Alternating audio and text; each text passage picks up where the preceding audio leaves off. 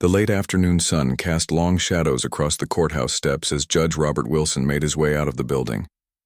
After 12 years on the bench, he had earned a reputation for fairness and integrity in the community. Dressed in his casual clothes, a simple blue shirt and khaki pants, he looked like any other citizen heading home after a long day.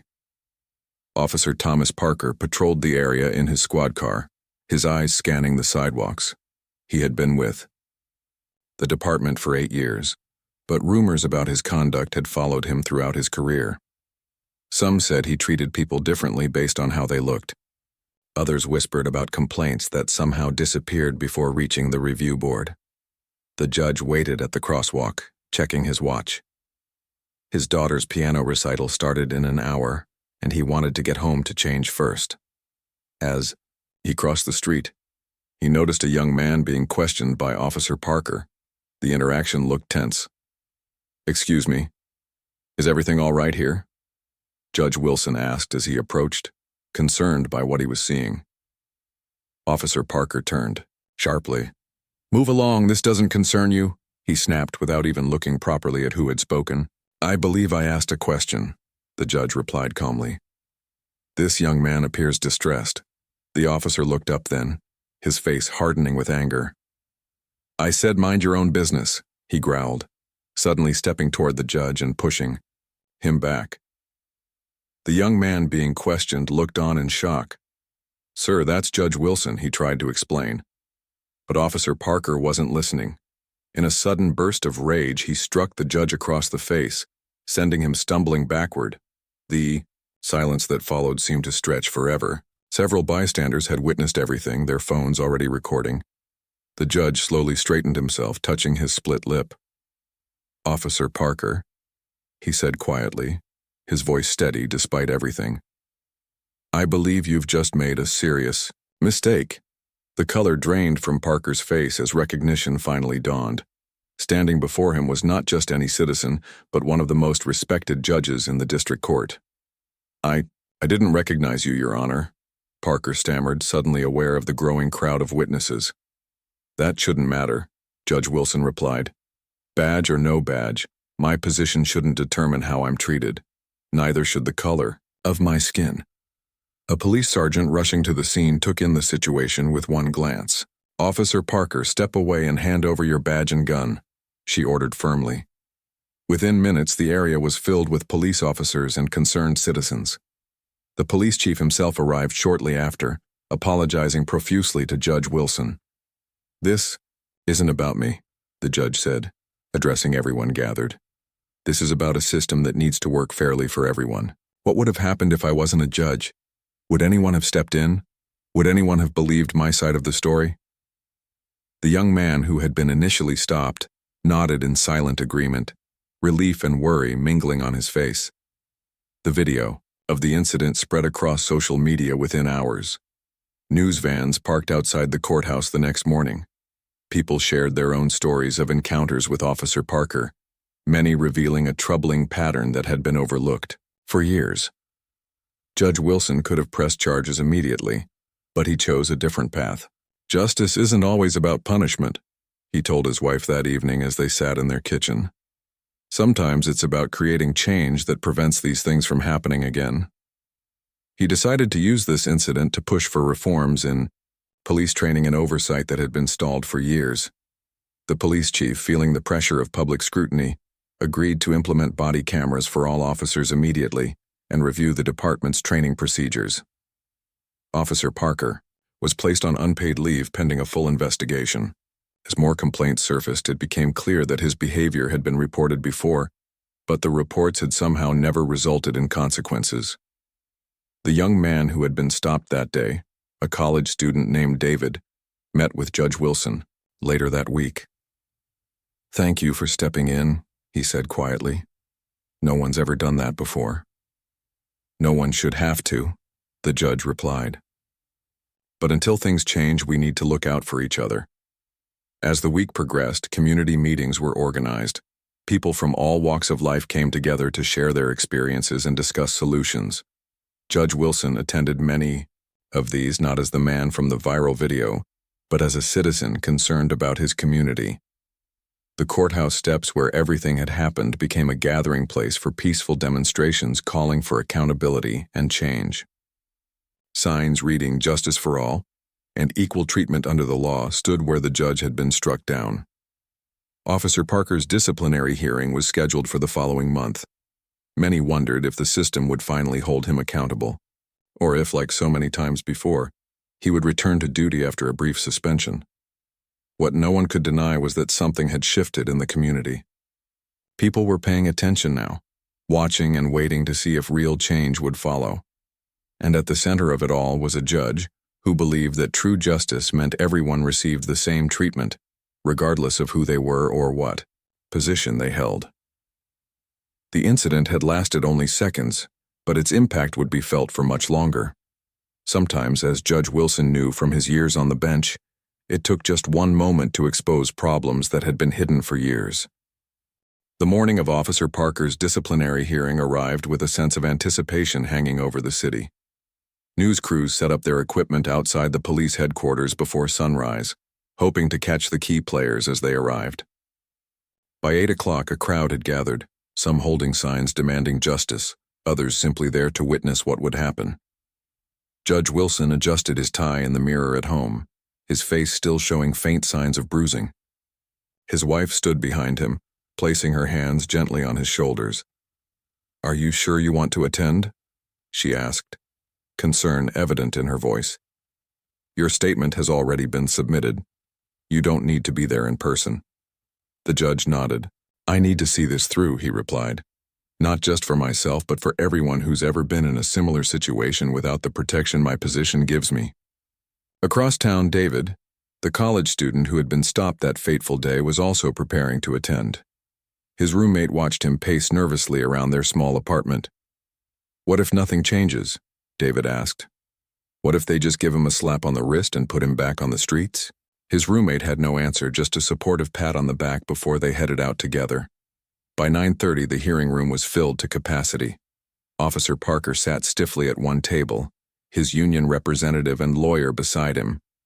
He kept his eyes down, avoiding the stares from those in attendance. The police chief and several senior officers sat together, their faces carefully neutral. Judge Wilson entered quietly, taking a seat in the back row. He nodded politely to those who recognized him but made no effort to draw attention to himself. David sat a few rows ahead, occasionally glancing back nervously at the judge. The hearing began with the reading of the charges: excessive force, conduct unbecoming an officer, and failure to identify himself properly before escalating a situation. The video footage played on a large screen, the silence in the room broken only by a few gasps as the moment of impact was shown. Officer Parker's attorney spoke first, portraying him as a dedicated officer who had made a single mistake in a moment of stress. "My client has served this community for 8 years, he argued. His record shows numerous commendations. This isolated incident should not define his career. Judge Wilson listened carefully, noting how the attorney conveniently failed to mention the previous complaints that had recently come to light. When the department's internal affairs representative took the floor, the tone shifted dramatically. "What Officer Parker seems to have forgotten," she said firmly, "is that the badge is a symbol of public trust, not a shield from accountability. The evidence we've gathered suggests this was not an isolated incident but part of a pattern of behavior." She then presented documentation of 12 previous complaints against Officer Parker over his 8-year career. Most had been dismissed for insufficient evidence or conflicting accounts. But now, with the video evidence in the current case, those past complaints took on new significance. During a short break, Judge Wilson stepped outside for some air. He found David standing alone, looking out at the city skyline. "How are you holding up?" the judge asked, standing beside him. "I keep thinking about how differently this would have gone if you hadn't been there," David replied, "or if there hadn't been videos." The judge nodded slowly.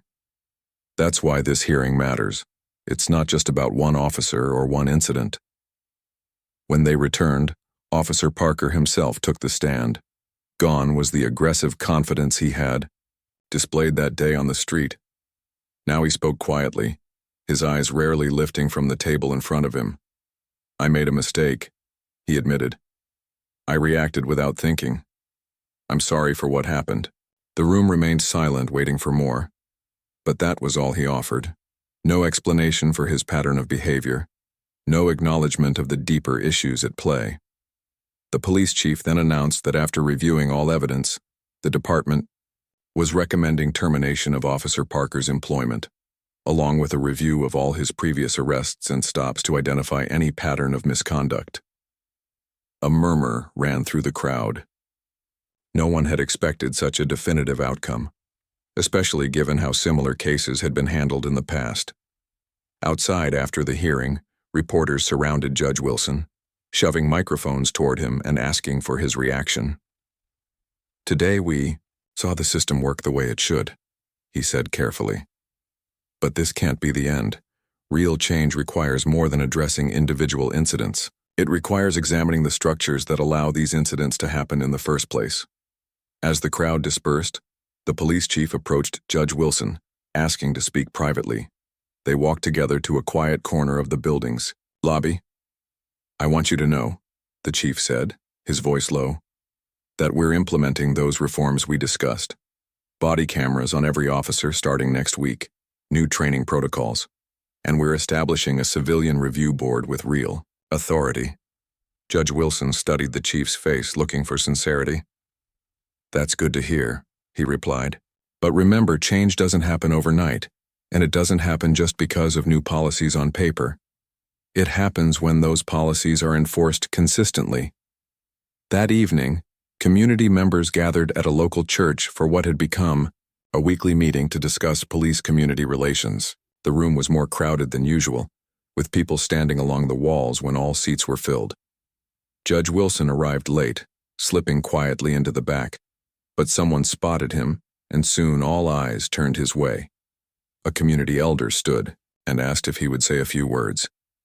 Reluctantly, the judge made his way to the front of the room. "I'm not here as a symbol or a hero," he began. "I'm here as a neighbor who believes we all deserve dignity and respect in our interactions with those sworn to protect us." He went on to describe the outcome of the hearing, but cautioned against seeing it as a complete victory. "One hearing, one officer. These are just the beginning. The real work continues in rooms like this, where we build bridges and hold each other accountable." As he finished speaking, David stood up from his seat. "Before all this happened," he said, his voice shaking slightly, "I never would have reported how I was treated that day. I wouldn't have thought it mattered. But now I see that speaking up does make a difference." One by one, others began to share their stories. Some of negative encounters, others of positive ones with officers who had served with respect and compassion. The conversation continued late into the evening, difficult at times, but always honest. Walking home under the streetlights, Judge Wilson felt both exhausted and hopeful. Change was happening, slowly but surely. His phone buzzed with a message from his daughter. "So proud of you, Dad. You okay?" He smiled as he typed back, "Never better. Real change takes time, but it starts with standing up when it matters most." As he reached his front door, a patrol car drove slowly past his house. The officer inside gave a respectful nod, a small gesture, but perhaps a sign that the ripples from that moment on the street were spreading outward, touching parts of the community in ways no one could have predicted. 2 weeks after Officer Parker's termination, the story should have been fading from the headlines. Instead, it had sparked something much bigger. What began as a single incident had uncovered a troubling history, not just with one officer, but with department policies that had allowed problems to persist unchecked for years. Judge Wilson sat in his chambers, reviewing a stack of case files. Since the incident, defense attorneys across the city had been filing motions to review any cases involving Officer Parker. The judge had assigned himself to oversee the review process, determined to ensure that justice was properly served. A knock at his door interrupted his concentration. His clerk entered, holding a thick manila envelope. "This just arrived for you, Your Honor. It's from the Community Action Committee." Judge Wilson opened the envelope to find dozens of handwritten letters from city residents, thanking him for standing up that day and for his work since then. Among them was a letter from David, the college student who had been there when everything happened. Before that day, David had written, "I thought justice was just a word people used but didn't really believe in. Now I'm considering law school. Sometimes it takes seeing one person do the right thing to believe change is possible." The judge smiled, touched by the young man's words. He carefully placed the letters in his desk drawer and returned to his work with renewed energy. Across town, the police department was undergoing its own transformation. The chief had kept his word about implementing reforms. Every officer now wore body cameras. Training sessions on de-escalation techniques were mandatory, and the newly formed Civilian Review Board was beginning its work, reviewing policies and procedures with fresh eyes. Not everyone welcomed these changes. In the locker room at the main precinct, conversations often turned tense when the topic arose. "This is all because of Parker." One veteran officer grumbled as he fastened his new body camera to his uniform. "One guy messes up, and now we're all treated like we can't be trusted." "That's not fair and you know it," replied his partner, adjusting her own camera. "This isn't about one incident, it's about doing our jobs better. The cameras protect us too. They show when we're doing things right." The first officer shook his head but said nothing more. Change was coming whether he liked it or not. That afternoon, Judge Wilson received a surprising phone call. The mayor wanted to meet with him privately to discuss a new initiative. Curious, the judge agreed to the meeting. The mayor's office was spacious with large windows overlooking the city. As Judge Wilson entered, he noticed a group of people already seated around the conference table. The police chief, 2 city council members, and several community leaders he recognized from various neighborhood meetings. "Judge Wilson," the mayor said, rising to shake his hand. "Thank you for coming. We've been discussing the formation of a special task force to examine and improve relations between law enforcement and the community. We'd like you to head it."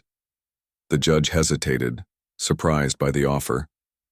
"I'm honored, but I'm not sure I'm the right person. I'm already involved in reviewing Officer Parker's past cases.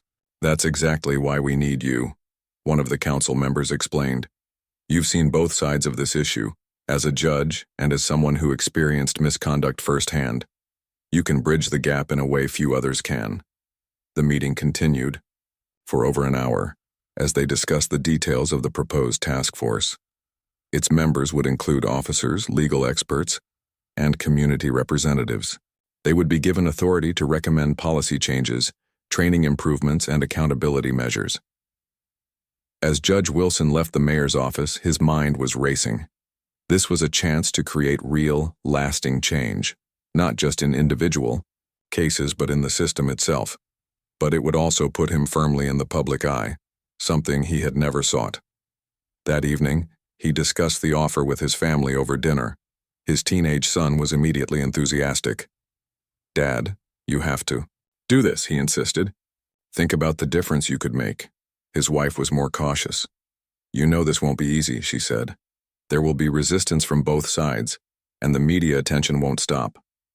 The judge nodded. "I know, but if not me, then who?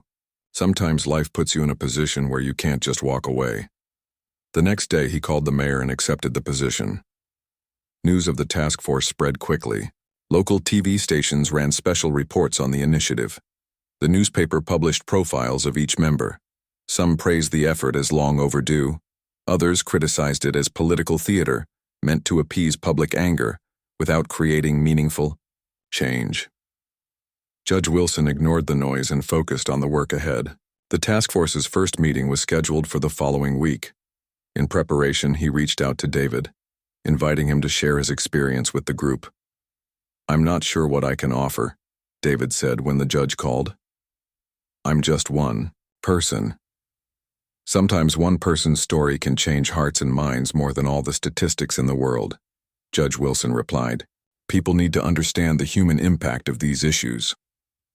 The day before the task force's first meeting, Judge Wilson received another unexpected visitor to his chambers. It was Officer Rivera, a 20-year veteran of the force who had been assigned to the task force. "I wanted to speak with you privately," Officer Rivera said, clearly uncomfortable. "Some of the officers are worried this whole thing is just about making us look bad. The judge gestured for her to sit down. "That's not my intention at all," he assured her. "This isn't about pointing fingers or assigning blame. It's about making things better for everyone, officers included." Officer Rivera seemed skeptical. "Easy to say, but will that be the reality?" "That depends on all of us," the judge replied. "I've seen good officers doing their best in difficult situations. I've also seen what happens when power goes unchecked. We need to find a balance that protects everyone's rights and safety." By the time she left, Officer Rivera seemed less defensive, though not entirely convinced. It was a start, Judge Wilson thought. Change happened one conversation at a time. The morning of the first task force meeting arrived with a sense of possibility. The room reserved for the meeting was packed. Task force members, media representatives, and concerned citizens all squeezed in to witness this first step. Judge Wilson called the meeting to order, looking around at the diverse group assembled before him. "We come from different backgrounds and perspectives," he began. "We've had different experiences with the justice system, but we share a common goal: to create a community where everyone feels safe and respected, where the law protects all citizens equally." As the meeting progressed, tensions occasionally flared. Some community members wanted immediate, dramatic changes. Police representatives argued for more gradual approaches. Through it all, Judge Wilson maintained a calm, respectful tone, ensuring that everyone had a chance to speak and be heard. David's testimony near the end of the meeting had perhaps the most profound impact. He spoke quietly but with conviction, describing not just what had happened that day with Officer Parker, but how it had felt. The fear, the helplessness, and then the surprise when someone with authority had stepped in to help. What happened to Judge Wilson was caught on camera and made the news, David concluded. But similar things happen every day that no one ever hears about. Those stories matter too. As the meeting adjourned, a local reporter approached Judge Wilson. "Some people are calling you a hero," she said, microphone extended. "How do you feel about that?" The judge shook his head. "I'm not a hero. I simply did what anyone should do when they see something wrong." The real heroes are the people who work for change every day without recognition or reward. The officers who serve with integrity, the community members who refuse to give up hope, the young people like David, who turn negative experiences into motivation for positive action. As he walked back to his chambers after the meeting, Judge Wilson felt a cautious sense of optimism. The conversation had been difficult at times, but honest. Real issues had been raised, and real solutions proposed. It was just the beginning of a long process, but it was a beginning. That night, as local news programs ran stories about the task force, people across the city watched and discussed what they'd heard. In living rooms and diners, at bus stops, and on social media, a conversation was happening about justice, about accountability, about what kind of community people wanted to live in. And at the center of it all was a simple moment, when a man had seen something wrong and decided not to walk away. One moment rippling outward, changing lives in ways no one could have predicted. 3 months into the work of the task force, change was happening faster than anyone had expected. The police department had implemented new training programs focused on de-escalation techniques. A community liaison officer had been assigned to each neighborhood. And most significantly, a transparent system for reporting and tracking officer conduct had been established, accessible to the public through an online portal. Judge Wilson arrived early at City Hall for the task force's monthly public meeting. As he set up his materials at the front table, he noticed the room filling quickly, a good sign that community interest remained strong. David slipped into the seat beside him, now a regular participant in these meetings. The young man had become something of a bridge between the task force and younger community members, organizing listening sessions at the local college and in high schools across the city. "How's the law school application coming along?" the judge asked with a smile. David grinned back. "Just submitted my personal statement yesterday. Thanks for looking it over." "My pleasure," Judge Wilson replied, "though I doubt you needed my help." "Your own words are powerful enough." Their conversation was interrupted as Officer Rivera approached, carrying a thick folder. In the months since that first awkward meeting in the judge's chambers, she had become one of the most dedicated members of the task force, often pushing for changes that surprised her fellow officers. "I have the latest numbers," she said, opening the folder between them. "Complaints are down 30% compared to this time last year, and officer job satisfaction scores have actually improved since the reforms." The judge nodded, pleased but not surprised. When people feel respected and supported in doing their jobs correctly, everyone benefits. As the meeting began, Judge Wilson looked out at the diverse crowd. What had started as a response to a single incident had grown into a genuine movement for positive change. Community members who had once viewed the police with suspicion were now actively participating in ride-along programs. Officers who had initially resisted the reforms were seeing the benefits of improved community relations. The agenda for today's meeting included a review of the new training protocols and a discussion about expanding the successful youth outreach program that paired officers with local teens for mentoring and sports activities. "Before we begin," Judge Wilson announced, "I'd like to acknowledge a significant milestone. Yesterday marked the 100th case review from Officer Parker's tenure. Of those, 17 have been flagged for potential misconduct, resulting in 3 convictions being overturned so far." A murmur ran through the crowd. These weren't just statistics. They represented real people whose lives had been impacted by unfair treatment. "This ongoing review reminds us why this work matters," the judge continued. "Each case represents a person, a family, a future that deserves our very best efforts to ensure justice is truly served." As the meeting progressed, a surprise visitor slipped quietly into the back row, the district attorney. Though initially skeptical of the task force's work, the mounting evidence from the case reviews had convinced him to take a more active role in the reform efforts. During the public comment period, a middle-aged woman approached the microphone. Her hands trembled slightly as she adjusted her glasses. "My son was arrested by Officer Parker 3 years ago," she began, her voice gaining strength as she spoke. "He always maintained that evidence was planted, but no one believed him. His case is one of those under review now. For the first time in years, he has hope again. Thank you for not letting this drop after the headlines faded." Her words hung in the air as she returned to her seat, a powerful reminder of the human impact of both injustice and the fight against it. After the meeting, the district attorney approached Judge Wilson. "I wonder if I might have a word," he said, gesturing toward an empty corner of the room. The two men had known each other professionally for years, though they'd often found themselves on opposite sides of various issues. "I've been watching what you're doing here," the district attorney said. "I was skeptical at first, thought it might be all talk and no action, but the results speak for themselves." Judge Wilson waited, sensing there was more coming. "My office wants to be more involved," the district attorney continued. "I'm proposing a joint review team, prosecutors working alongside your people to fast-track the remaining case reviews." This was an unexpected development, and a welcome one.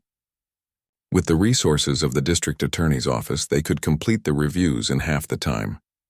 "That would be tremendously helpful," the judge replied. "The sooner we can correct any miscarriages of justice, the better." As they shook hands on the agreement, Judge Wilson couldn't help but reflect on how far things had come. The district attorney had once been considered one of the most resistant to change in the entire justice system. If he was on board now, real transformation was possible. Later that evening, the judge stopped by a community center in one of the city's most underserved neighborhoods. A town hall meeting was underway, part of the task force's effort to reach every part of the city, not just the areas where people were most likely to speak up. He slipped into the back of the room, content to listen rather than lead. Officer Rivera was at the front, alongside 2 other officers and several community representatives, answering questions from residents. An elderly man stood, leaning heavily on his cane. "I've lived in this neighborhood for 63 years, he said. "Never thought I'd see the day when police officers would come here to listen instead of just telling us what to do." Officer Rivera nodded respectfully. "We're learning that to serve a community, we first need to understand it. That means hearing your concerns and your ideas, not just imposing our own. From his position at the back, Judge Wilson watched the exchange with satisfaction. This was what progress looked like. Not grand pronouncements or flashy programs, but simple human connection, rebuilding trust one conversation at a time. As he left the community center, his phone buzzed with a news alert. A national civil rights organization had just announced that their annual Justice Award would go to the city's reform initiative, citing it as a model for other communities facing similar challenges. Recognition was nice, but it wasn't why any of them were doing this work. The real reward came in moments like he'd just witnessed, when people who had long felt voiceless found that they could speak and be heard. The next morning, Judge Wilson arrived at the courthouse earlier than usual. The review of Parker's cases continued, and today they were examining one that had bothered him since he first read the file. A young man serving 5 years for drug possession, based almost entirely on Parker's testimony. As he settled at his desk with the case materials, his clerk appeared with coffee and a small package. "This was left for you at the security desk," she said, placing a plain brown paper bag beside his coffee. Inside, the judge found a framed photograph and a handwritten note.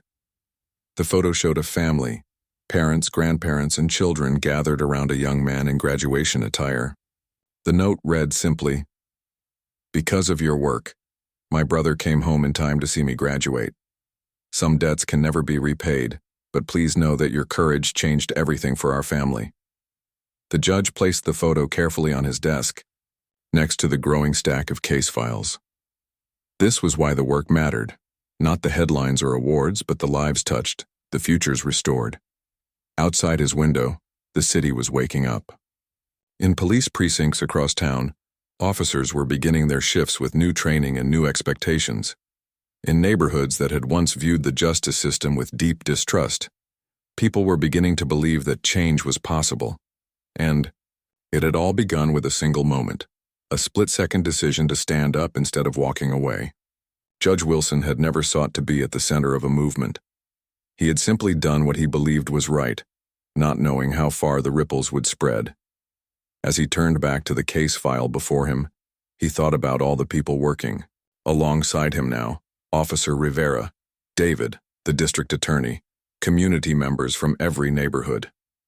None of them could change the past, but together they were reshaping the future, one decision, one policy, one life at a time. 1 year to the day after the incident that changed everything, Judge Wilson stood on the steps of City Hall. Behind him, a diverse group had gathered: police officers, community leaders, city officials, and ordinary citizens. The crowd stretched. Across the plaza, people standing shoulder to shoulder despite the summer heat. The mayor approached the microphone first, his voice carrying across the hushed crowd. 1 year ago, an act of injustice occurred on our streets. Today we gather, not to dwell on that moment, but to celebrate how far we've come since then, and to dedicate ourselves to the work that still lies ahead. He turned and gestured for Judge Wilson to join him. The judge walked forward slowly, still somewhat uncomfortable with the public attention. He had never sought the spotlight, but had come to accept that sometimes leadership meant standing at the front, even when it felt easier to stay in the background. "When we began this journey," Judge Wilson said, looking out at the gathered faces, "many doubted that real change was possible. They had seen promises made and broken before. They had heard good words that never translated into good actions." He paused, letting his gaze move across the crowd, acknowledging the skepticism that had been present at the beginning and still lingered in some quarters.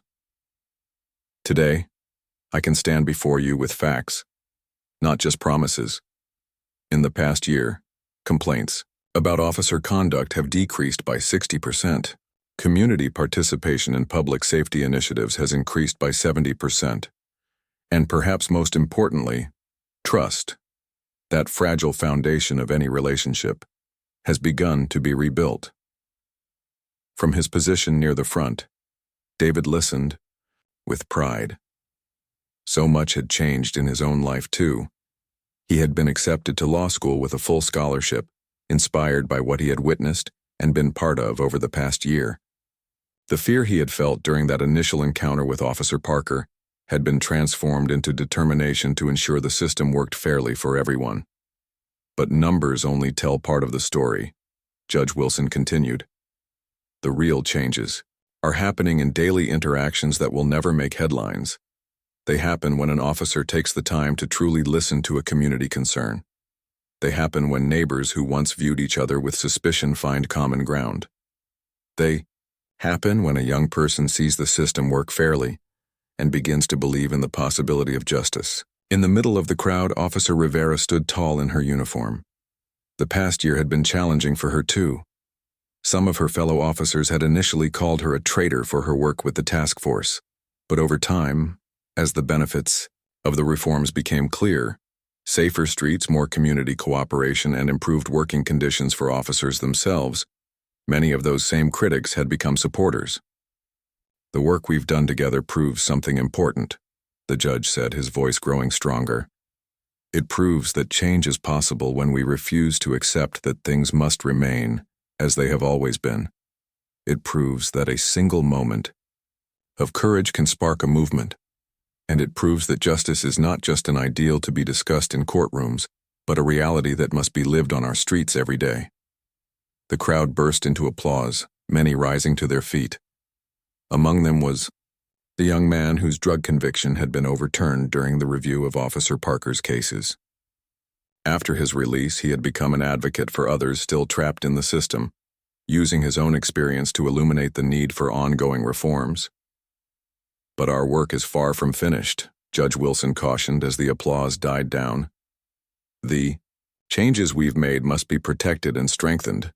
The trust we've begun to rebuild must be nurtured, and the lessons we've learned must be shared with other communities facing similar challenges.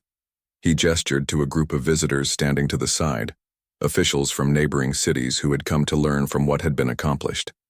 What had begun in one city was spreading, creating a ripple effect that no one could have predicted. After the ceremony, people lingered in the plaza, talking in small groups. Judge Wilson moved among them, listening more than speaking. He had learned over the past year that sometimes the most important insights came from unexpected sources. The elderly resident who remembered how things used to be, the teenager with fresh eyes and bold ideas, the officer with daily experience on the streets. A small girl approached him clutching a handmade card. "My mom says you helped make things better," she said shyly, holding out her offering. "Thank you." The judge knelt down to accept the card, touched by the simple gesture. Inside was a child's drawing of people holding hands in a circle, police, officers, and community members together. Later that evening, a private gathering was held at a local restaurant. The core members of the task force assembled to reflect on the year's achievements and discuss next steps. The atmosphere was warm and relaxed, a stark contrast to the tension that had marked their early meetings. "I have an announcement," the district attorney said, rising from his seat. "The final review of Officer Parker's cases was completed yesterday. In total, 23 convictions have been overturned due to misconduct or procedural violations." A murmur ran through the group. Each of those 23 cases represented a life disrupted, a future altered. But now, at least, some measure of justice had been restored. "And there's more," he continued. "The State Attorney General has asked us to share our review methodology with other jurisdictions. This could potentially impact thousands of cases statewide where questions have been raised about officer conduct." Judge Wilson nodded in satisfaction. This was how lasting change happened, not just addressing individual wrongs but creating systems to prevent future injustices. As the evening wound down, David approached the judge. "I wanted to thank you before I leave for school next month," he said. "Not just for what you did that day, but for showing me that one person really can make a difference." "You've made quite a difference yourself," the judge replied with a smile. "The youth outreach program was your idea, and it's become one of our most successful initiatives." David shrugged modestly. "I just saw a need and spoke up. That's what you taught me, that speaking up matters."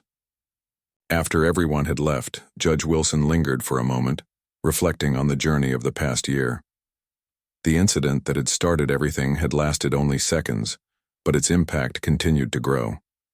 Not because he was special, but because he had chosen action over indifference in a critical moment. As he walked to his car, he passed 2 police officers on patrol.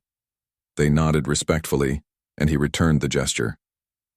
These small interactions, free from fear or hostility, were perhaps the most meaningful signs of progress. The next morning, he arrived at the courthouse early as usual.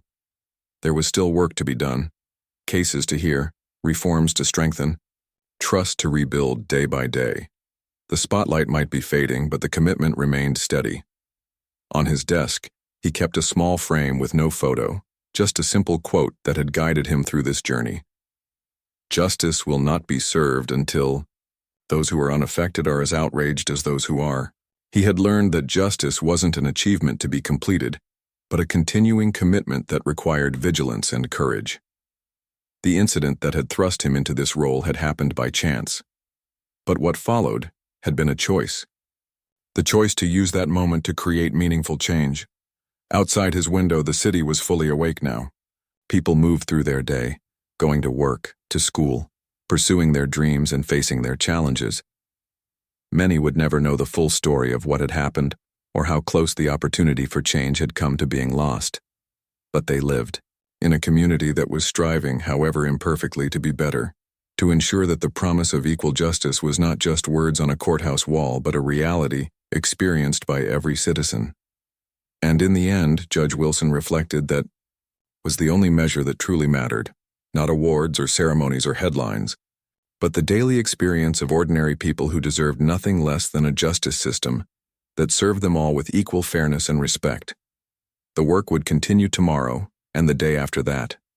There would be setbacks and new challenges. But something fundamental had shifted.